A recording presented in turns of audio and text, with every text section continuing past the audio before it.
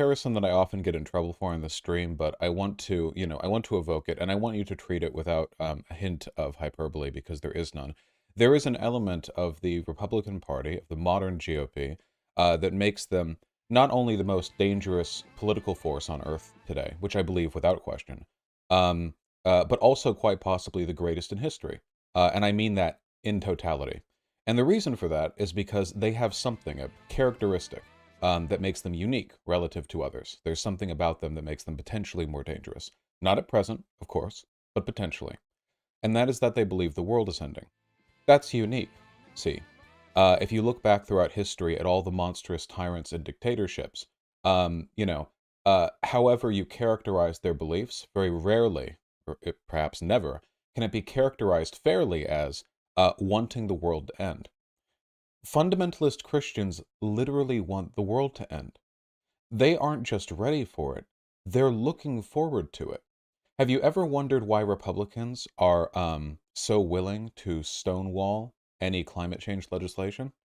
Fundamentalist Christians believe that climate change is God's wrath. They literally believe it is the precursor to the end times. This is not a joke. If there are people outside of America who think that I'm joking right now, there's no hyperbole whatsoever. None. This is a completely straightforward assessment of what they believe. They believe that climate change is just the building physical presence of the end of the world.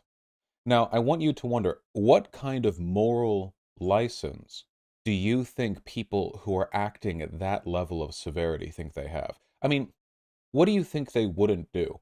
Just think for a second. We're talking about people who believe they're envoys of God's will in a time where the world is ending and only the righteous will enter God's kingdom. Do you really think there's a point where they're going to sit back and think, oh no, this would be going too far? Oh no, we should respect people's right to this or that in spite of our religious beliefs? Oh no, we should exercise temperance? No, of course not. It is a death cult, unique only in that it is the most legitimized and powerful death cult to have ever existed in all of human society. Nothing else even comes close. You can look back through any civilization at any point in time, and you will never find any group of people more capable of enacting the will of a death cult onto the world.